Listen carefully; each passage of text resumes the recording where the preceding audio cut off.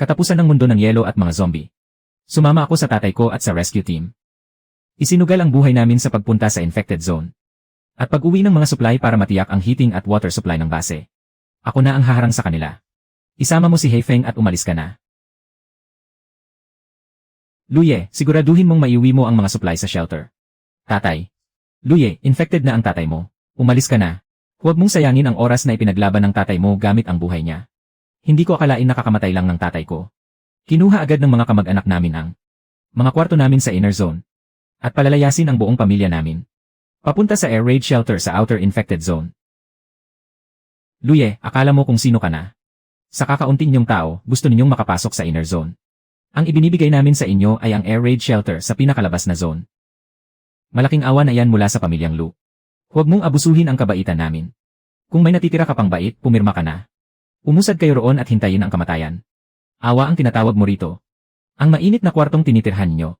Ang stove na ginagamit niyo. At ang malinis na tubig na iniinom ninyo. Alin sa mga iyon ang hindi ipinagpalit namin ng tatay ko kapalit ng buhay namin? Ako ang nag-ayos niyan, isang tornilyo bawat isa. Kung wala kami, matagal na kayong nagyelo at naging mga bangkay sa cold wave. Tapos kami pa ang itinutulak niyo sa kamatayan. Karapat-dapat ba kayong dalhin ang apelyidong Lu? Marunong lang akong magkumpuni, ano naman? Akala mo talaga ikaw ang dakilang bayani ng pangunahing base. Malawak ang Dongjiao, ang patay na lungsod na yon. Sakto para sa inyo, pasok ang hangin, pasok ang ulan. Bagay na bagay sa buong pamilya ninyo ang tumira roon. At least hindi na masasayang ang heating at rasyon sa base.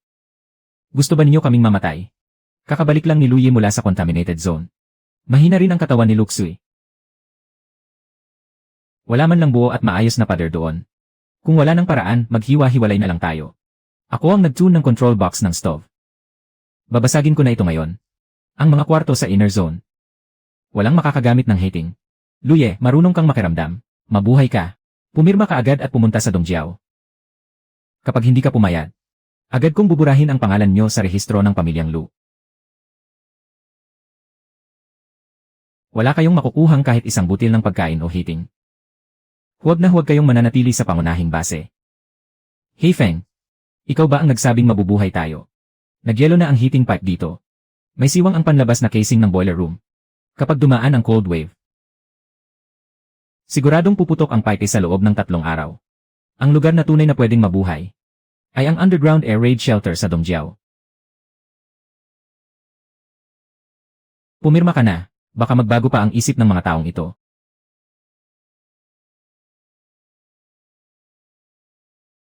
CJ, pipirma ako. Kailangan talaga nating sumunod sa utos. Ayan, duwag din pala siya. Ikaw, matuto kang tanggapin ang kapalaran mo. Anong kapalaran, anong lungga? Ang mga pabigat na tulad ninyo ay bagay sa patay na lungsod ng Dongjiao. Isama mo ang buong pamilya mo, pati itong itim na aso at umalis agad sa pangunahing base. Umalis na tayo. Heifeng, sumunod ka. Pagdating natin, bubuksan ko para sa iyo ang lata ng karne. Asong walang hiya, bakit ka nakatayo riyan? Ikaw talaga, lintik na aso. Nasa tabi iyon ng electric control box ng gate. Luye, kontrolin mo ang aso mo. Sinira niya ang equipment ng base. Kaya mo bang bayaran yan? Sunog ang lahat ng wire coating. At tinatrato mo pa rin siyang parang buhay mo. Umalis na si Heifeng. Pumunta ka na at hanapin ang energy module. Ang mga namatay sa panlabas na zona ay dapat iulat sa loob ng 2 oras. Ang hindi agad sinunog ay magdudulot ng pagkalat ng zombie infection. Kinansela ang lahat ng alokasyon.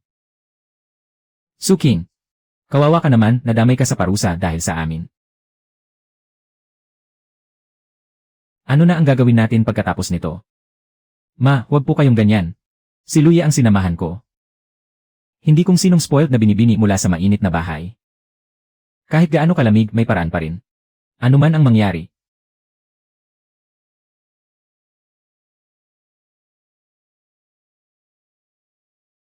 Hindi ko siya hahayaang malugmok kasama ko.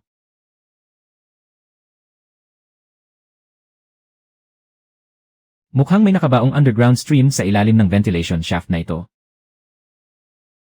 Mas malinis pa ang mga kahon sa ibaba.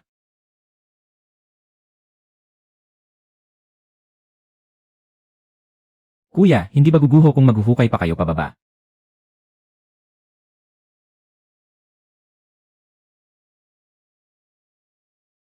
Military storage case. Ito yung kayang maglinis ng tubig para mainom. Ang dami namang filter core. Sapat na ito para tumagal tayo ng matagal. Sandali lang, nagsisimula pa lang tayo. May sediment valve pa sa ilalim ng underground channel. Mas malinis pa ito kaysa sa well ng pangunahing base. Bilisan inyo, paparating na ang cold wave. Wala ng tubig o kuryente ang mga taong nasa labas. Wala silang mapagtapunan ng iyak. Dito ang tunay na lugar para mabuhay. Kapag nalaman ito ni Lufusion, baka kagatin ka rin niya pabalik. May amoy ng diesel sa may panlabas na pader. May amoy din ng nagyelong water pipe. Guguho na ang bodega ng mga materyales na palihim nilang itinago. Ang mga kayamanang ninakaw nila. Kaunti na lang ang natira. Diyos ko po. Paano nangyari ito? Maayos pa ang lahat kagabi. Paano gumuho ang lahat dahil lang sa isang snowstorm? Sino ba ang maglalakas loob humawak niyan? Kahit isang maliit na spark lang, sasabog ang lahat. Iyan ang problema. May nananadya ba sa akin? Si Luye kaya ang may kagagawa nito. Ang mga fuel drum ay illegal na isiniksik sa tabi ng mga water pipe. Nagyelo at pumutok ang mga linya dahil sa sobrang lamig. Pumasok ang tubig sa mga kahon ng supply. Dahil sa bigat, gumuho ang bubong ng bodega. Ito ang resulta ng magulo ninyong pagtatambak at pag-aangkin ng espasyo. Bago pa ang cold wave warning, ganyanan nyo inilagay. Walang ibang masisisi rito. Tapos na. Wala na talaga. Military. Tubig. Magagamit pa. Maayos pa ang kondisyon ng pagkakaimbak. Kahit papaano, makatatagal pa tayo ng ilang panahon. Ibig sabihin, hindi na tayo kailangang uminom ng snow water mula ngayon. Hindi na natin kailangang uminom ng maruming snow water.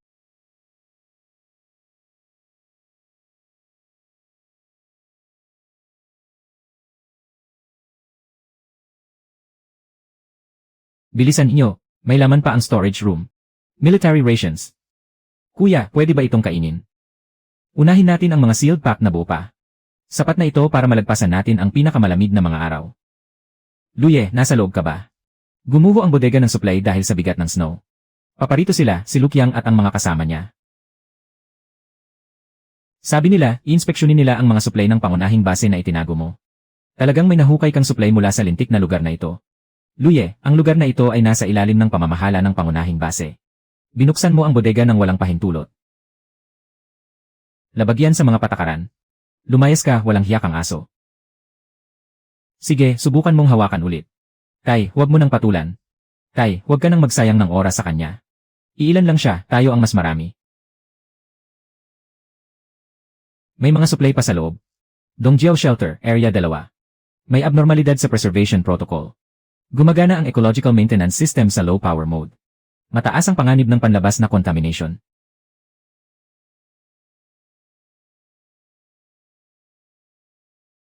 Ang lugar na ito ay hindi ordinaryong air raid shelter noon. Ako si Zhang Zhen mula sa Northern County Patrol. Panahon ng lockdown dahil sa malamig na alon. Emergency water source, mga gamit pang depensa at contamination control point. May kapangyarihang gumawa ng pansamantalang aksyon ang patrol team. Sino si Luye? Kapitan Zhang. Kami sa pamilya Lu ang unang nakadiskubre nito. Dapat ibigay ang mga supply sa pangunahing base para sa pantay na pamamahagi. Ikaw ang nakahanap ng malinis na tubig filter core. Huwag kang kabahan, hindi ako narito para mangagaw. Kailangan ng pangunahing base ng filter core, Luye. Ako ang makikipag-usap sa'yo. Ilang araw nang hindi kakayanin ng malinis na waterline ng pangunahing base. Kailangan ko ng malinis na tubig filter core. Sa panahon ng emergency, pwedeng gumamit ng pansamantalang rehistradong transaksyon. Magkano ang hinihingi mo? May dala akong transfer order mula sa patrol team. Kapitan Zhang. Nasasakupan ng pangunahing base ang lugar na ito. Ang mga bagay dito ay dapat ibalik sa pangunahing base para sa pantay na pamamahagi. Bakit siya ang magtatakda ng presyo? May tinanong ba ako sa'yo? Isang kahon ng malinis na tubig filter core. Isang kahon ng malinis na tubig filter core. Kapalit ng 2 drum ng diesel. Dagdag pa ang gamot sa lagnat at anti-infection medicine. Luye, nababaliw ka na ba? Ilang lumang filter core lang naman. Talaga bang hihingi ka ng ganoon karami? Pwede mong mawalan ng tubig ang buong pangunahing base. Yalan, sundin ang timplang sinabi niya. Kapitan Zhang, mayroon pang isang di pang kalahating drum ng diesel sa sasakyan. Ang kulang ay kukunin sa bodega ng mga supply. Unload muna ang mga nasa kamay. Ang kulang ay ilagay sa transfer order. Kasama talaga ang gamot. Kapitan Jiang, may bahagi rin ang pamilya Lu rito. Ang allocation sheet ng silungan ay inilabas sa pangalan ng pamilya Lu. Ang mga bagay na hinukay niya. Ayon sa tuntunin, may bahagi rin dito ang pamilya Lu. Ihiwalay siya. Kapitan Jiang. Pamilya Lu pa rin si Luye.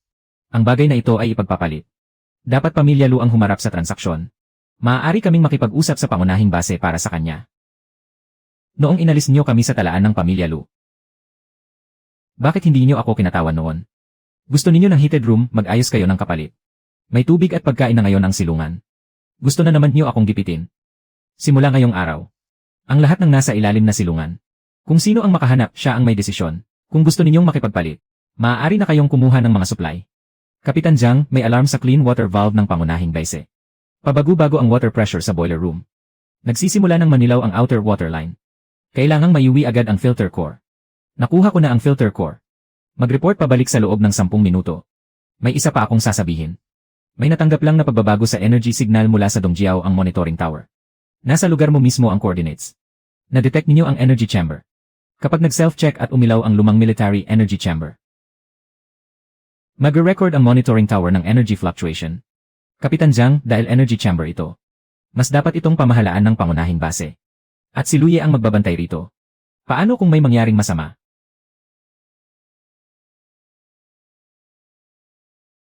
Mas alam mo ba ang lumang military energy chamber kaysa sa kanya?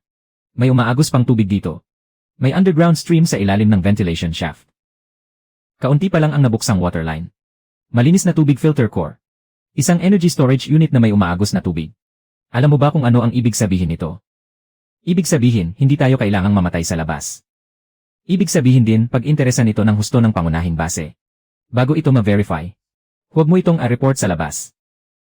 Huwag muna tayong mag-report. Tawagin ang water quality inspector. Dalhin niya ang testing device at measuring tube. Gusto kong malaman kung gaano karaming tubig. Ang malinis na kayang ilabas ng linya ng tubig na ito. Kapitan Jiang, ang pamilya Lu namin. Subukan mong magsabi pa ng isang salita tungkol sa pamilya Lu. At ikaw mismo ang palalayasin ko ngayon din.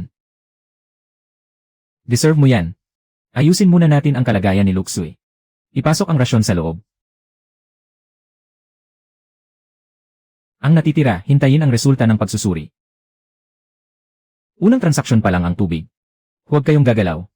Hintayin natin ang pangkat ng pagsusuri. Pwede nating hintayin. Iyan ang patakaran dito.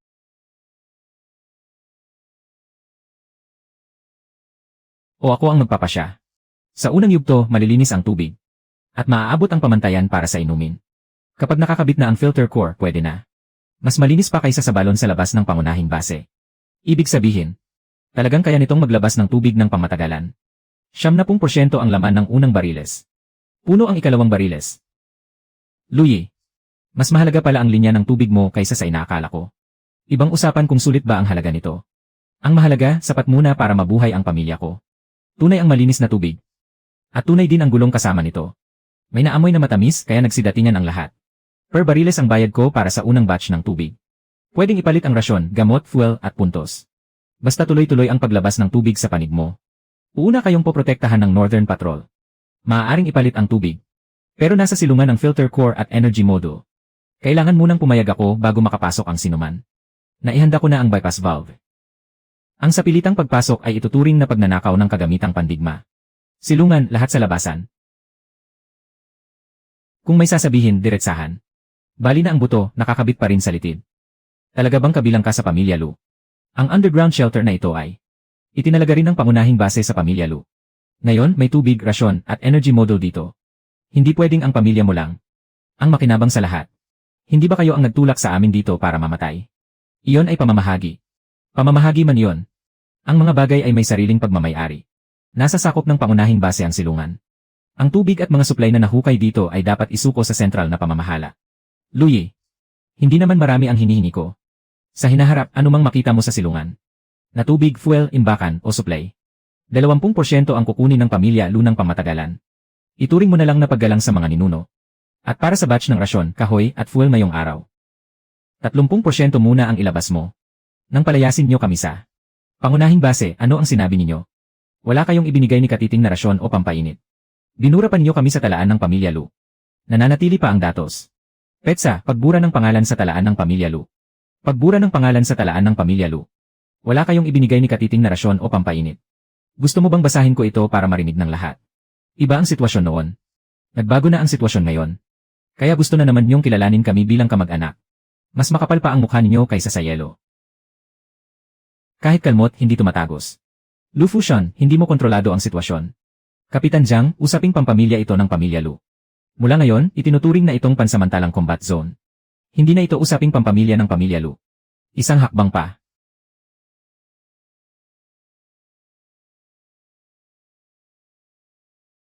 Ituturing itong sa pilitang pagpasok sa combat zone.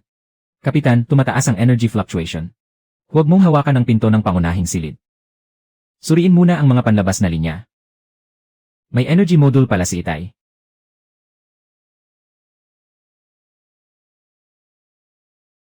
Hindi pwedeng mapunta lang kay Luye ang bagay na ito.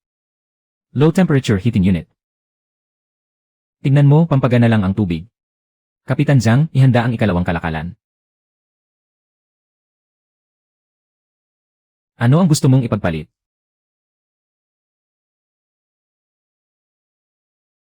Ipagpalit muna natin sa pintuang walang makakabukas. Ikakabit ko muna sa iyo ang pintuang gusto mo. Pero kailangang mairehistro ang pagpasok at paglabas sa ilalim ng kontrol. Kailangan din ng kumpirmasyon sa pamamahala habang may pansamantalang kontrol. Pinapadala ko na kay Yalu para sabay na maibalik. Pati ang formal na approval. Kailangang hintayin ng formal na approval ang verifikasyon ng pangunahing base. Pero unang ipapalabas sa radyo ang resulta ng kontrol. Kahit sa panahon ng lockdown dahil sa malamig na alon. Sino mang gustong pumasok sa Dongjiao, entrance number 2. Kailangan muna kayong magtanong sa akin. Magagamit pa ang mga piyesa ng heating unit. Kapag naikabit na sa boiler room ng pangunahing base. Kahit paano, hindi magyelo ang pangunahing panlabas na linya. Kung ganoon, bilisan nyo at ihatid na. Kuya, nasa akin ang pintuang ito. Ibig mong sabihin, hindi makakapasok ang iba. Walang makakapasok nang wala ang tango ko. Walang sinuman ang makakapasok. Kayang humarang ng pinto sa mga tao. Pero hindi nito mapipigilan ang kasakiman. Kapitan Jiang, may nangyari sa grain distribution shed ng pangunahing base. Nagkakagulo na ang 300 pamilya sa labas. Puro sirang pagkain sa lamig ang ipinamahagi. Sirang pagkain sa lamig. Hindi ba may nakaimbak pa sa likod na bodega? Sabi ng likod na bodega, wala na raw supply. Pero hindi tugma sa talaan. Luyi, kailangan ko munang maihatid pabalik ang heating unit. Ipaubaya ko kay Yalu ang natitirang supply para bantayan at turnover. Sasama ako sa'yo. Luyi, kapag itinulak nila sa sukdulan ang 300 pamilya sa labas. Hindi rin magiging tahimik ang lugar na ito. Tumahimik kayong lahat, mabuti nang may naipamahagi. Huwag mo nang banggitin. Sapat na ang kaunting ito para makaraos ang mga bata ngayong gabi. Hindi ba ang sabi ninyo mamamahagi ng butil? Puro tipak ng yelo ang ipinamahagi. Gu Chengshan, nagpapainit sila sa sarili nilang bodega. Sa atin, sirang pagkain na yelo ang ibinigay. Tigilan mo ang kung ano-anong sinasabi mo. Nakita mismo ng asawa ko ang truck sa pasukan. Hinihila ng snow vehicle ang mga sako ng butil papunta sa likod na bodega. Ha? Nababaliw na ba ang likod na bodega? Hindi ba ang sabi, sapat pa ito ng 10 araw? Hindi ba sabi, sapat pa ito ng 10 araw? Luye, bakit ka narito? Magulo rito. Tiyak yan. Kailan naging sirang nagyelong kargamento ang mga butil? Kanina ng hapon, sabi pa nila may supply sa likod na bodega. Pagdating ng gabi at ipinamahagi na, ito na lang ang natira. May nagsasabing matagal nang inilipat ang mabubuting supply. Hindi ito tumagas mula sa shed. Mga gulong ng snow vehicle ang umakyat dito. May nagsamantala sa gulo para maglipat ng kargamento. Luye, distribution point ito ng pangunahing base. Huwag kang basta magbintang. Hindi pa nga ako nagsasalita. Bakit ka nagmamadali? Naamoy niya ang bakas ng sasakyan. Pumunta siya sa supply shop sa panlabas na pader. Pero may mali rito. Maayos pa ang shed na ito kaninang umaga. Pagsapit ng hapon, may mga nagdadala na ng gamit papasok. At nagmamadali talaga silang maglipat. Pagsapit ng gabi, gumuho na. Napaka-imposible namang nagkataon lang. Hindi ba si Boss Lu yan? Isang heating unit kapalit ng 50 kahon ng grain ration. Ngayon, tingnan natin kung sino ang natatawa. Ano ang natuklasan mo? Naunang pinutol ang steel wire. Maluwag din ang suporta mula sa loob. Bago gumuho ang bodega, may naghakot ng mga gamit papunta sa likuran. Saan dinala? Ang winter supplies ng 300 kabahayan sa outer area ay inilipat sa rear warehouse. Si Gu Chengshan ang tumanggap at lumagda. Kaninong pirma yan? Ang transfer stamp ay nilagyan ng pansamantalang tagapamahala sa gate nyo. Ito ang proseso. Pansamantalang paglilipat. Dahil sa pinsalang dulot ng blizzard. Kaya gumuho ang bodega. Ipasok muna ang mga gamit sa rear warehouse. Gumuho ang bakod sa likod. Ginagawa ninyong panakip-butas ang blizzard. Huwag ninyong ipasa-pasa sa akin ang ganitong palusot. 6 hanggang 10. Ngayong gabi, lumuhod kayo sa harap ng 300 kabahayan at magpaliwanag. Naghihintay pa ang asawa ko ng gamot na makapagliligtas sa buhay niya. Namimigay kayo ng frozen rations habang kinakaltasan ang winter supplies. Ngayon sasabihin niyong proseso lang ito. Mga gamit iyon ng 300 kabahayan. Anong karapatan niyong ilipat ang mga iyon sa rear warehouse? Buksan niyo ang rear warehouse. Kailangan ng approval mula sa itaas para sa supply sa rear warehouse. Hindi niyo pwedeng tingnan iyon dahil gusto niyo. Kung ganoon, ilabas niyo ngayon ang transfer records. Kailangan munang aprubahan ni Manager Gyu. Ako ang nag-aapruba sa pagbubukas ng warehouse. Kapitan Jiang, labag yan sa patakaran. Ako pa ang tuturuan niyo ng patakaran. Nakasulat sa release record, winter supplies para sa 300 kabahayan. Wala pang 30% ang natanggap. Ang natira ay lahat ipinasok sa rear warehouse. Buksan ang warehouse at ilabas lahat ng pagkain. Hindi maganda ito. Binuksan ang pinto sa rear warehouse. Sinabing para raw sa dagdag na inventory record. Pero nang matapos, nawala ang lahat ng frozen meat at mga kahon ng gamot. Sino ang nagbukas ng pinto? Hindi ko nakita ng maayos. Pero may snow vehicle na kagagaling lang sa side door ng rear warehouse. May patrol plate ang sasakyan. Hindi pa yon nakakalayo. Naamoy ni Heifeng ang bakas ng gulong. Papunta ito sa lumang repair shop sa kanluran. Umiwas ang lahat. Huwag habulin. Baka regular na deployment iyon. Regular na deployment. Kailangan pa bang tumakas ng palihim sa kalagitnaan ng gabi? Northern Patrol. Unlock ang outer snow route. Harangin ang snow vehicle na may patrol plate.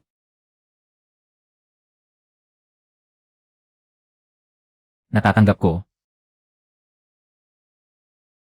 Habulin nyo. Huwag hayaang makapasok ang snow vehicle sa lumang repair shop.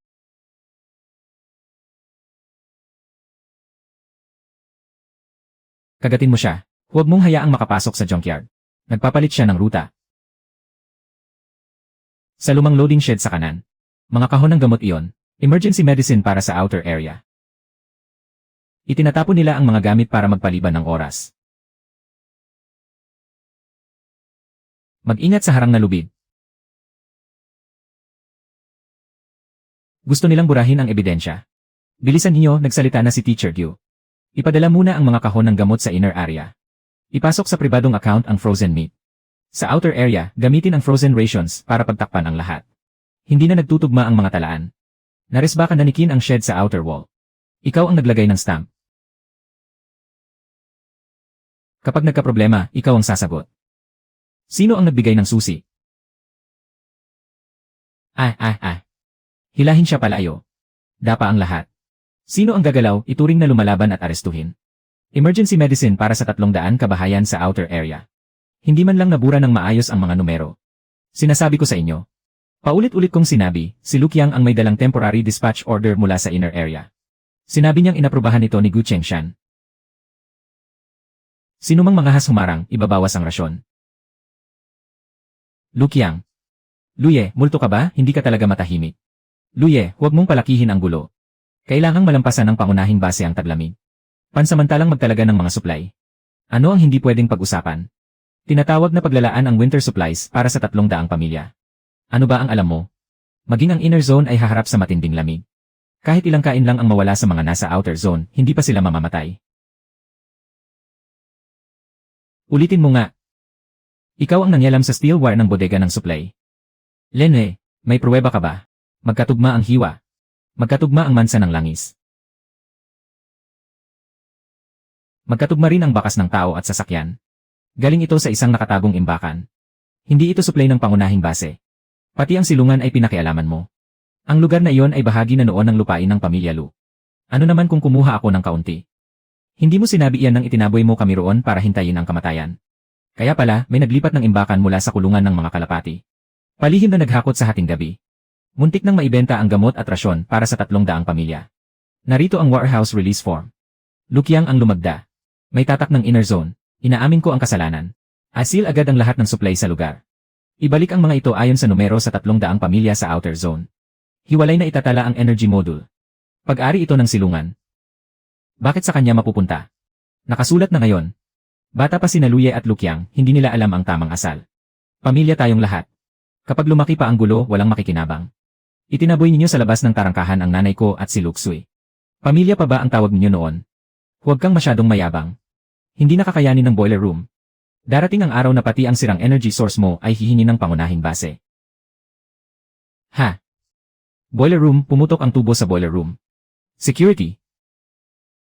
Tapos na. Talagang nabaliw ang heating supervisor.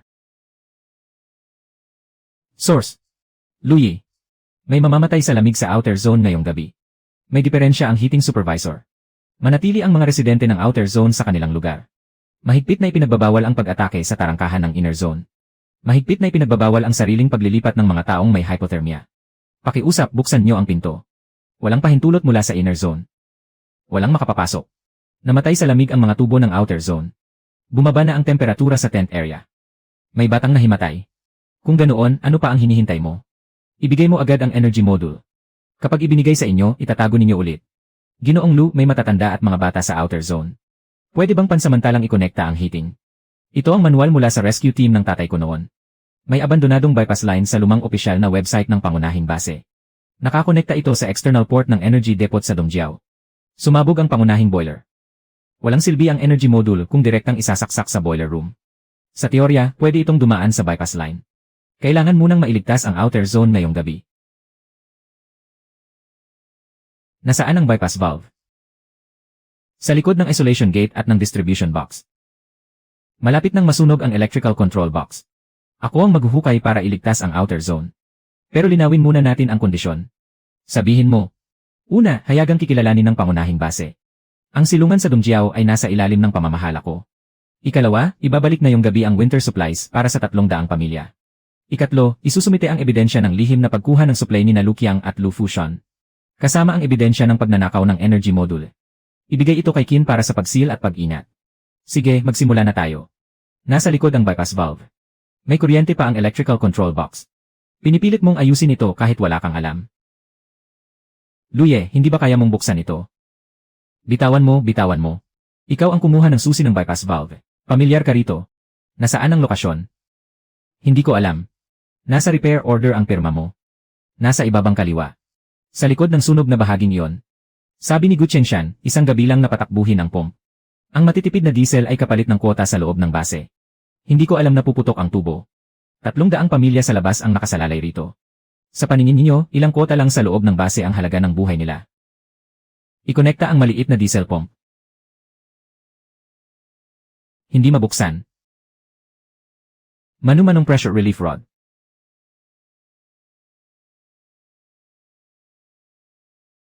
Gumagana na ang bypass line. Iniligtas ni Luye ang mga nasa labas. Nasa emergency tayo dahil sa malamig na alon. Kulang tayo sa tauhan. Huwag muna nating ipunin.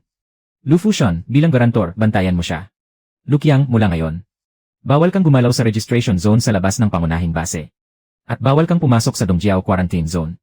Kapag lumampas ka ulit sa Yongjing Energy Depot o Low Temperature Storage Zone, direkta kang arestuhin. Ako ang garantiya niya. Ang sulat na yon, imbakan ng militar. Mga emergency supply para sa inner zone. Walang sinumang maaaring lumapit. Bakit nasa sasakyan ng inner zone ang mga gamit mula sa silungan? Ngayon, kayo naman ang magpaliwanag. Nasa iyo ang susi, tama ba? Ako, tinulungan ko lang si Manager Gu na maglipat ng sasakyan. Hindi ko alam kung ano ang nasa loob. Lenwe, ang dami mong hindi alam. Energy by, branch line 2, backup segment sa pasukan. Pasukan bilang 2. Iisang mapa lang ito. Backup generator additive. Hindi kontaminado ang balbula ng malinis na tubig. May malinis pang tubig na hindi kontaminado. May generator pa. Pag-ari iyan ng pamilyang Lu. Ang silungan ay lupang ipinagkait sa pamilya Lu. Nang itinaboy niyo kami roon para mamatay. Bakit hindi mo sinabi na pag-ari iyon ng pamilya Lu? Ibigay ninyo iyon. Pangangasiwaan ito ng pangunahing base. Hindi natin siya maaaring paalisin. May mga tauhan ni Gu Chengshan sa exit bilang 2.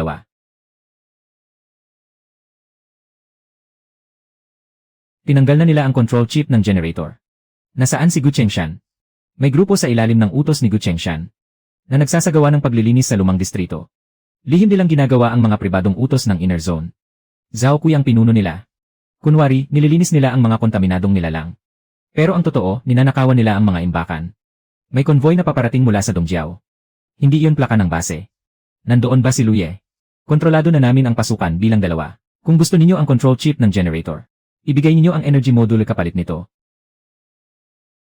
Luye, nasa amin na ang chip. Kung wala iyon, kahit mahanap mo ang generator. Nasaan si Gu Chengshan? Kapitan Zhang, pinakamabuting huwag kang makialam. Kulang din ng kuryente ang inner zone.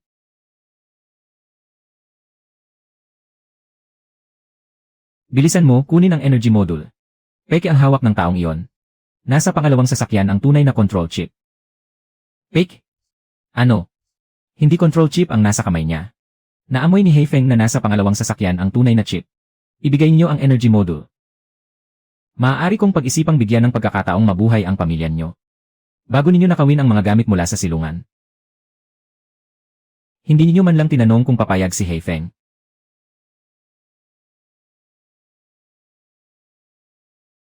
Harangan niyo ang asong iyon.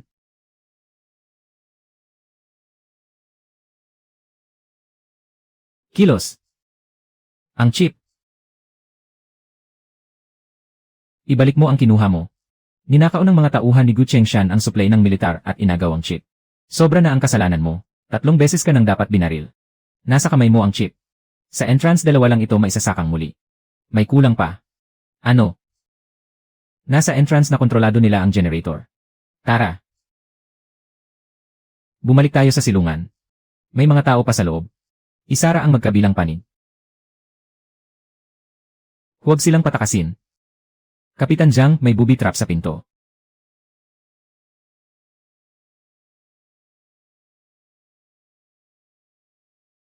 Balak nilang pasabugin ang entrance. Hindi tayo makakapasok sa pangunahing pinto. May gilid na drainage pipe na pwedeng daanan.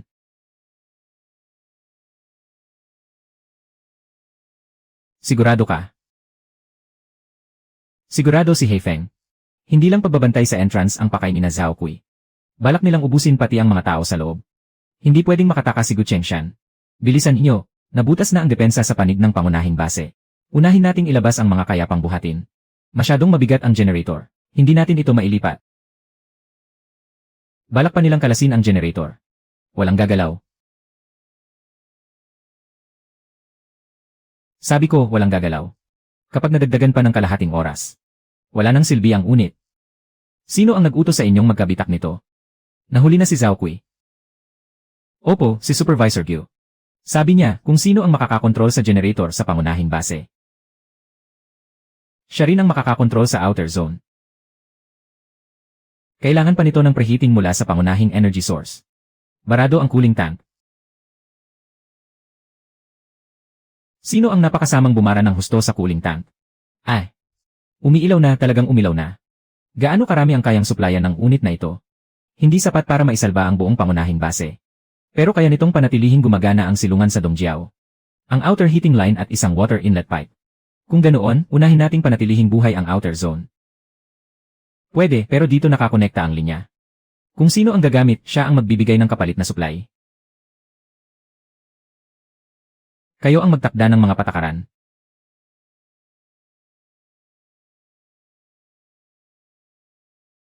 May iba pa.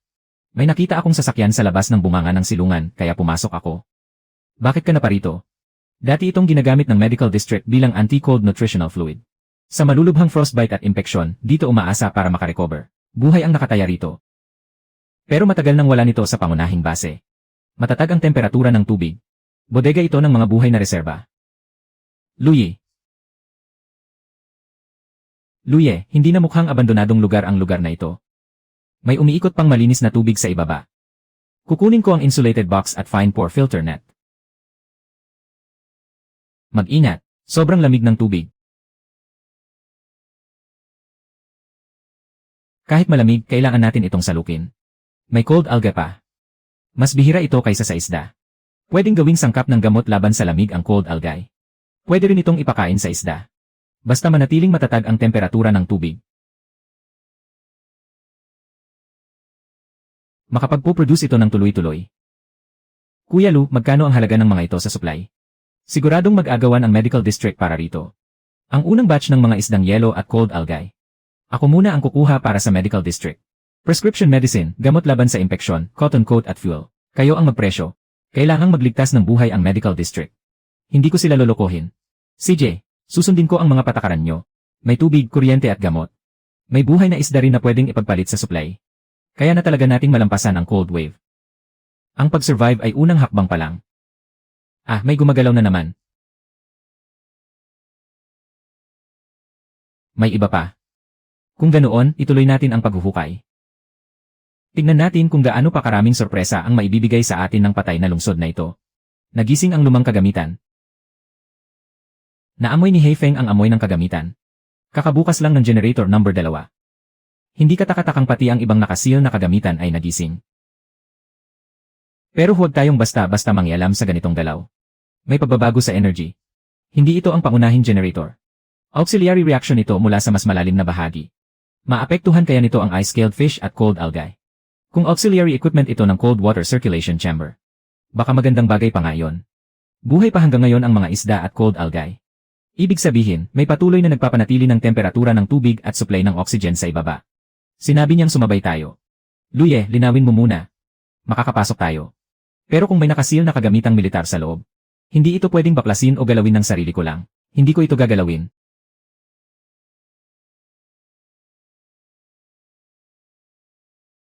Pero kailangan muna nating malaman kung ano ito. Pagpapanatili ng ekosistema. Kuya Lu, ano naman ito? Cold water storage facility ito, hindi ordinaryong palaisdaan.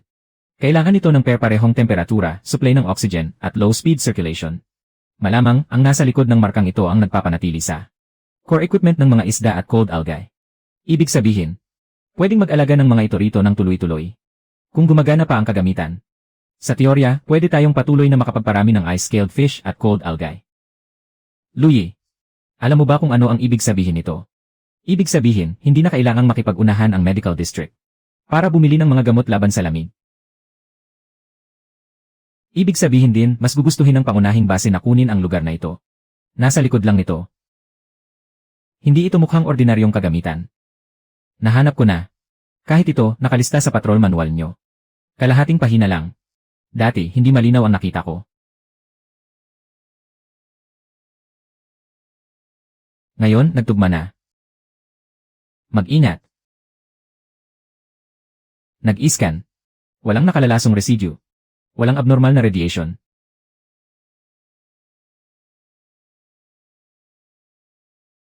Normal ang low temperature gas. Pwede nang buksan. Bukas pa rin pala ang ilaw na ito. Mas kumpleto pala ang lugar na ito kaysa sa inaakala natin. Pumasok tayo. Core ng Low Temperature Ecosystem Maintenance. Gumagana pa ang bagay na ito. Ito ang dahilan kung bakit nakaligtas ang ice-scaled fish at cold algae hanggang ngayon. Pinananatili nito ang temperatura ng tubig, supply ng oxygen, at stable na circulation. Basta hindi ito masira. Hindi na cold water storage ang pasilidad na ito. Live storage na ito. Kung ganoon, may mga isda at algae tayo. At may makina pa para alagaan at paramihin ang mga ito. May ganoon sa air raid shelter. Gusto mong gawin itong permanenteng trading post. Kailangang magligtas ng mga tao ang medical district. Pwede silang magpalit ng gamot, fuel, cotton clothes, at iba pa. Kailangan ng patrol team ng stable na supply. Pwede rin tayong makipagkasundo. Pero hindi pwedeng galawin ang core na ito. Equipment Preservation Registration. Protektahan ang orihinal na lokasyon. Dongjiao Entrance Number 2, Ecosystem Maintenance Core. Pansamantalang pagsasara ng lugar. Mahigpit na ipinagbabawal ang pagbabaklas. Saksihan ng patrol team. Matatag ang temperatura ng tubig sa 3 degrees. Low-speed oxygen circulation. Normal ang aktibidad ng cold algae. Luye, kung mapapanatili natin ang bagay na ito. Mas malaki ang halaga nito kaysa sa isang kahon ng ice-scaled fish na hawak mo. Substrate para sa pagpapakain. Para sa ice-scaled fish at cold algae. Kumpleto ang seal. Kung may circulation system pa sa loob, pwedeng palawakin ang saklaw ng pag-aalaga. Sa ganitong paraan, siguradong magwawala ang medical district. Huwag muna itong buksan. Isdang yelo at malamig na algae. Core ng pangangalaga sa ekolohiya. Sobra na ang mga taong nais mong isama. Buksan mo pa ito. Hindi na kayang itago ang balita. Mas mahinahon ka pala kaysa sa inaakala ko. Hindi pwedeng ilabas lahat ng magagandang bagay ng sabay-sabay. Ano na naman? Nasa loob si Supervisor Wang. Kakabuhat lang nila palabas ng isang tumpok ng kumikislap na isda. Siguradong may iba pa roon.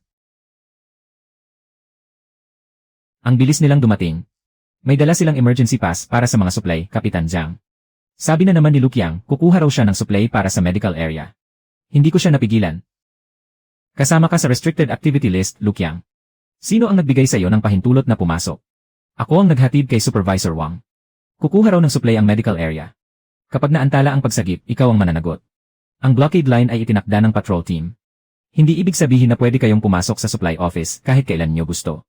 Luye, nabalitaan kong nakahanap kayo rito ng isdang yelo at malamig na algay. Sa panahon ng cold tide, ang mga supply medical ay pinamamahalaan at ibinabahagi ng mainframe system. Ako ang gagawa ng receiving record. Tapos na ang transaction record kay Kapitan Jiang. May kailangan ng medical area. Ipagpapalit namin sa gamot, fuel at cotton coats. Si Kapitan Jiang ang namamahala sa patrol. Ako ang namamahala sa mga supply. Kayo ang makipag-usap sa patrol team. Hindi ibig sabihin noon na maaari niyong lampasan ang supply office. Supervisor Wang, tingnan niyo siya. Gusto lang niyang angkinin ng palihim ang mga supply. Ang silungan na ito ay dating hiwalay na pasilidad ng pangunahing base. Ang mga bagay dito ay dapat mapunta sa pangunahing base. Luye, huwag kang magmatigas. Ang isdang yelo ay panligtas buhay na supply. Hindi ito kayang pangasiwaan ng isang batang tulad mo. Mas ligtas kung ibibigay ito kay Supervisor Wang.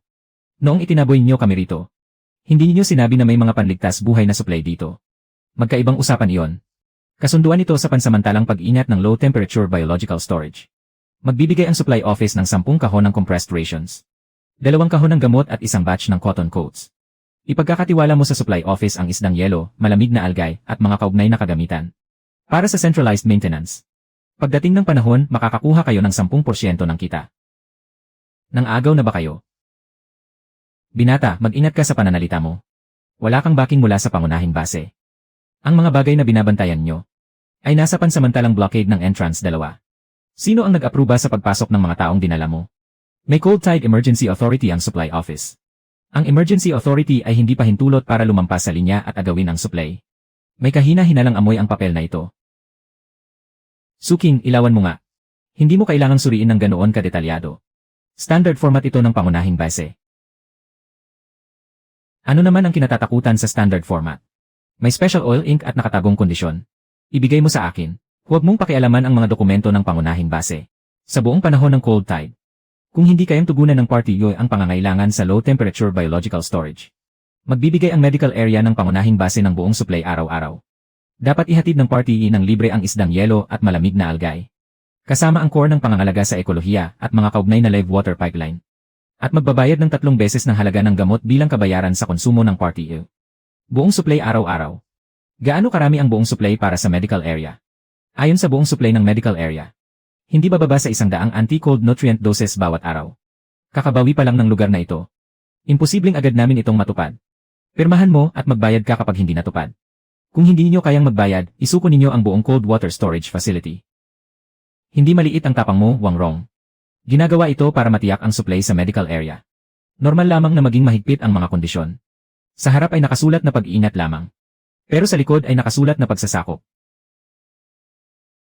Masyado nang madilim ang negosyo ninyo sa tanggapan ng supply. Lihim na kautusan ni Gu Chengshan. Tagapangasiwa lang si Gu Chengshan. Si Supervisor Wang ang tumitingin sa sitwasyon. Kautusan noong taong 0721 may nakatagong sugnay sa pagsasanib. Unahin ang pagkuha ng kontrol sa entrance 2 ng Dongjiao. Petsa, Hulyo 21. Unahin ang pagkuha ng kontrol sa entrance 2 ng Dongjiao. Mga imbaka ng organismong nabubuhay sa mababang temperatura at kagamitang pang-ekolohiya. Petsa, Hulyo 21. Mga imbaka ng organismong nabubuhay sa mababang temperatura at kagamitang pang-ekolohiya. Petsa, Hulyo 21. Utos, isagawa ang lihim na operasyon at bumuo ng pangkat. Petsa, Hulyo 21.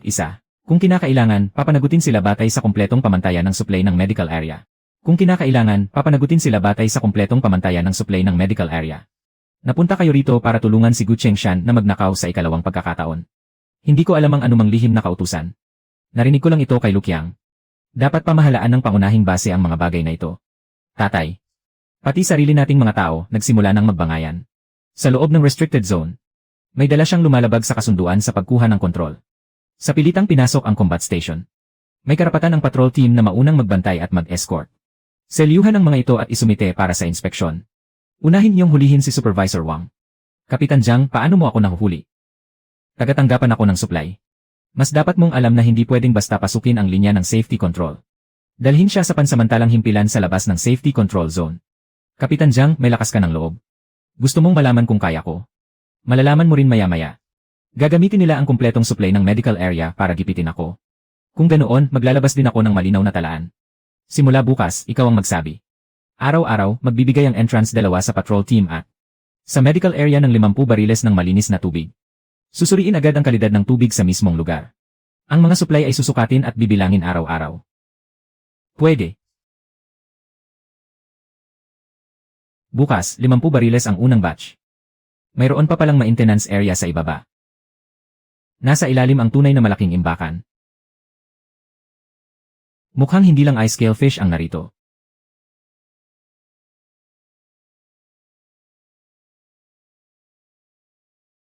Hey Feng, ikaw ang mauna.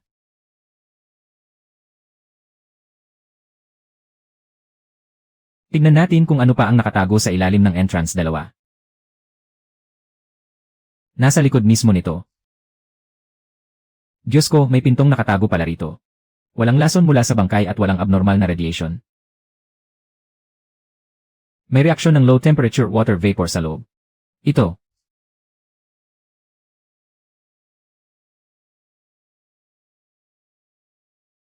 Ito ang pump room. Ay. Tubig, totoong may tubig. Pwedeng inumin ang 32 bariles sa unang batch. Walang lasa ng kalawang. Mas malinis pa kaysa sa tubig ng balon sa labas ng pangunahing base. Hindi ito simpleng tagas.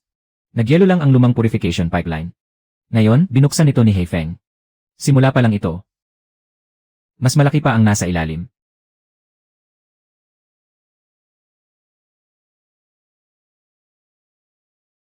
May iba pa sa ibaba. Matatag ang temperatura ng tubig. 58 bariles lahat. 58 bariles. Baka namumula na sa inggit ang mga tao sa pangunahing base. Ito ang linya na tuloy-tuloy na makapagsusupply ng tubig.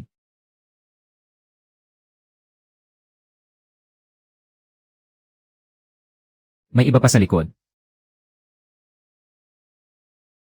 Kuya Lu, hindi kaya kagamitang pang-operasyon na naman ang nasa loob? May reaksyon ng buhay sa mababang temperatura.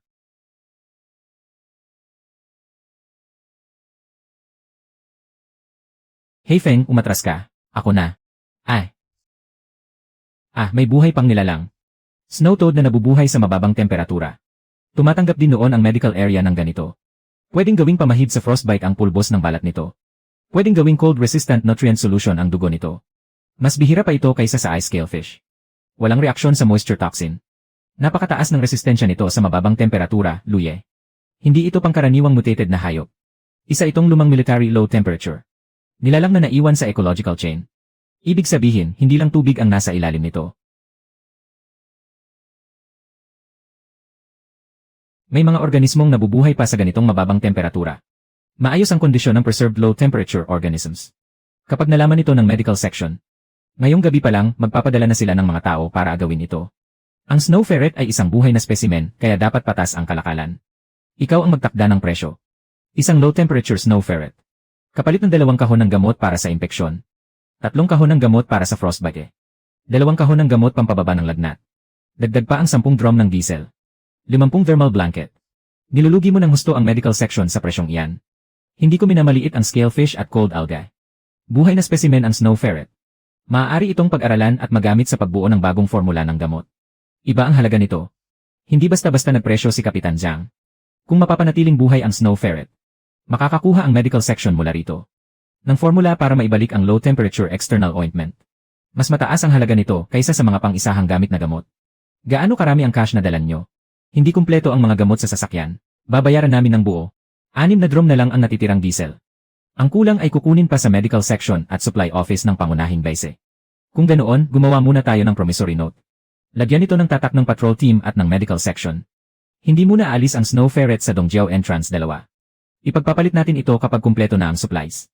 Mas maalam ka ng maningil kaysa sa supply office. Natuto lang ako dahil ilang beses na akong naloko.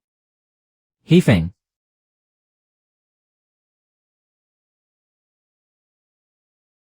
Buksan mo. Resibo ng utang ng Pamilya Lu. Humiram si Lukyang sa ngalan ng Pamilya Lu. Humiram siya ng antifreeze fuel at mga gamot sa supply office. Ang guarantor ay si Lu Fushan.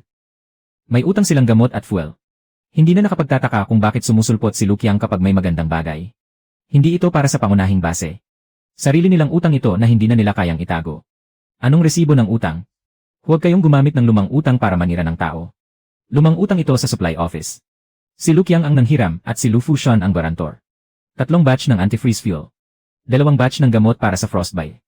Malinaw na nakasulat ang paraan ng pagbabayad. Iyon ay inutang noon para matulungan ang pamilya Lu. Bago dumating ang cold wave, sinong pamilya ang hindi nanghiram ng kaunting supplies? Kaya may utang kayo sa supply office. At gusto ninyong gamitin ang ecological maintenance score ko bilang pambayad kina Wang Rong at Gu Chengshan. Gamitin ang ecological maintenance score ko bilang pambayad sa utang. Kalokohan yan. Sigurado ba kayong hindi kayo nag-imbento? Isang pagsisiyasat lang, malalaman agad ang totoo. Ilagay sa iisang file ang sealed agreement ninyo kay Wang Rong. At ang secret order ni Gu Chengshan. Natatanggap ko. Ituloy ang trade para sa Snow Ferret. Walang mababawas kahit isang piraso sa gamot at fuel. Ipapahiwalay ko kay Qin Jian ang 2 investigasyon. Ang trade ng supply sa Dongjiao Entrance 2 ay walang kinalaman sa lumang utang ng pamilya Lu. Kapag muli kayong nagdala ng mga tao para mangagaw, ididikit namin ang resibong ito ng utang sa harap ng grain depot ng pangunahing base. Pati ang 300 pamilyang nasa labas ay makakakwenta ng interes para sa inyo. May senyales pa palang buhay na specimen. Nasa loob pa ang mas malaki. Hindi nag-iisa ang Snow Ferret. Kung may isang buong ecological cold tunnel sa ilalim nito.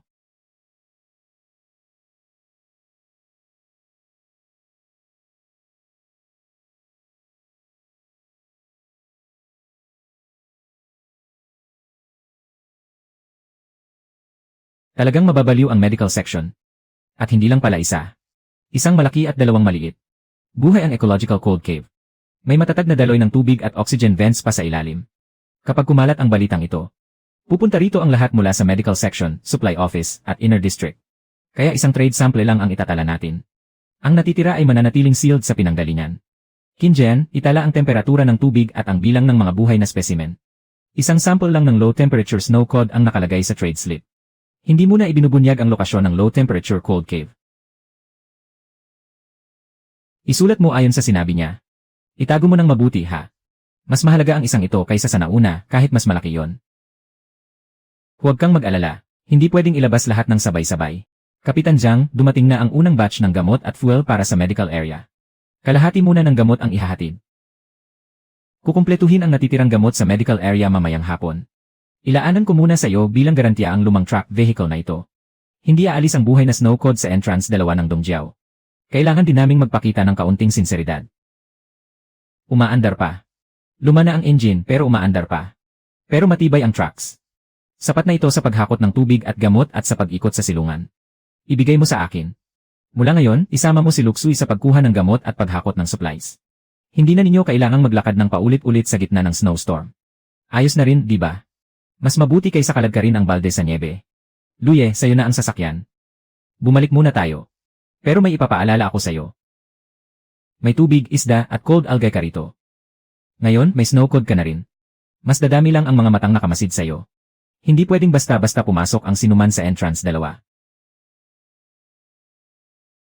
Itay, pati sasakyan mayroon na sila. Nakita ko. May bahagi rin ang pamilyang Lu sa sasakyan ni Luye. Ipinagpalit mo yon sa mga gamit mula sa Dongjiao. Bakit mo binuksan yon para kay Suking? Aba, Lukyang. Ngayon, hindi mo naman lang kayang tumawid sa linya. Pero gusto mo pa rin angkinin ang sasakyan, hahaha. Huwag kang magdiwang ng maaga, Luye. Hindi hahayaang mamuhay ka ng maginhawa sa Dongjiao ng pangunahing base. Yan din ang sinabi mo kanina. Kung kaya mo, sige, lumapit ka pa. Pero tandaan mo ito. Ang pinto ng entrance 2 ng Dongjiao. Hindi na muling bubuksan para sa mga walang silbi. Hindi pa tapos ang laban na ito. Hihintayin kita. Wang. Sino? Kuya Lu, ako ito, si Jiang Yuan. Kuya Lu, may nangyari. Naghatid ka ng mga balde ng malinis na tubig at sample ng cold algae sa mga kalapit na kampo. May compressed rations din. Pero biglang walang gustong tumanggap. Sabi nila, sira ang mga kargamento. Sabi nila, kontaminado ang mga ito. Maayos na maayos ang mga gamit. Hindi na punit ang seal. Hindi rin tumutulo ang mga balde. Pero nang marinig nilang galing iyon sa entrance 2 ng Dongjiao, umatras sila na parabang nakakita ng hukbo ng mga bangkay. Ibalik daw ang mga gamit. Sino ang makatitiyak na hindi magiging bangkay ang inom niyan? Kakainom lang ng tubig mula sa dongjiao ng anak ko. Kapag may nangyari sa kanya, makikipaglaban ako kay Luye hanggang kamatayan. May nagbato rin ng patay na daga sa harap ng pinto ng trade point namin. Sabi nila, halimaw iyon na pinalaki ng tubig mula sa dongjiang. Dumating na rin ang mga tauhan ng quarantine team. Nakasuot sila ng protective suits. Pinalibutan nila agad ang mga balde namin. Sabi pa nila, ang ice scalefish, cold algae, at snow cod ay pawang mga halimaw na pinalaki ng radiation. Sino ang umubos ng gamot nyo? Kaninong anak ang unang napahamak? Mas malala pa rito. Sabi nila, kinalkal yun ni Heifeng. May reaksyon sa corpse toxin ang low temperature cold cave. Nakatanggap na ang quarantine team ng anonymous report. Magsasagawa raw sila ng random inspection sa lahat ng lumalabas mula sa entrance 2 ng dongjiao.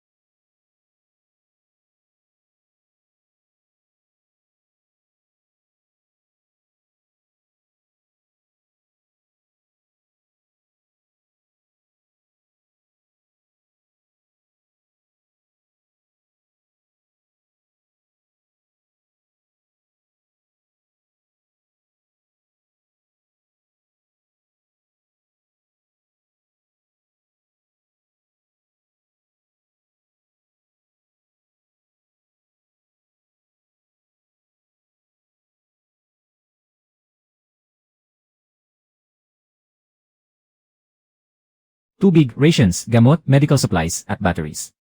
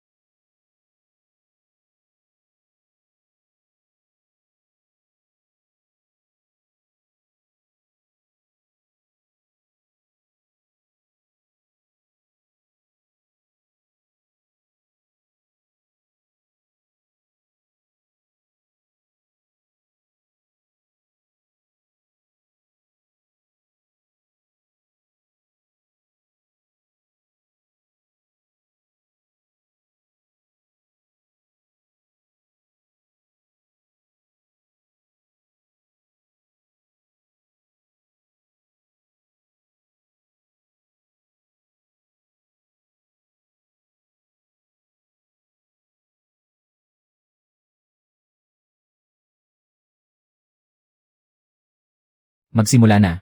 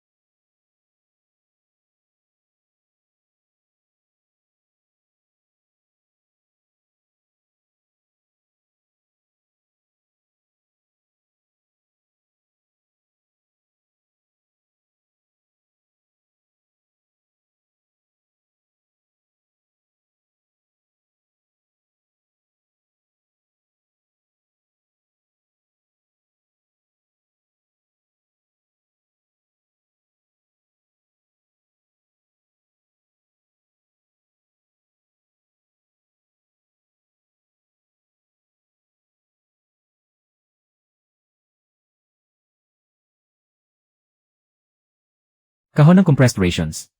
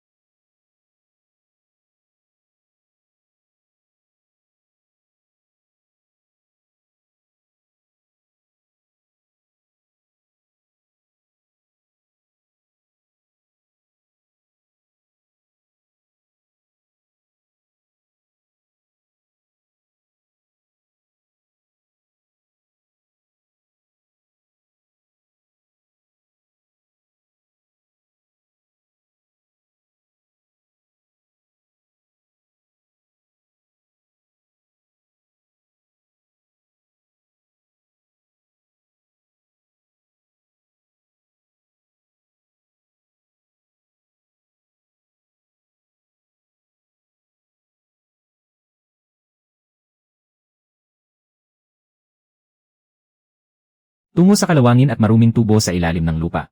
Timog na distrito. Distrito ng komersyo.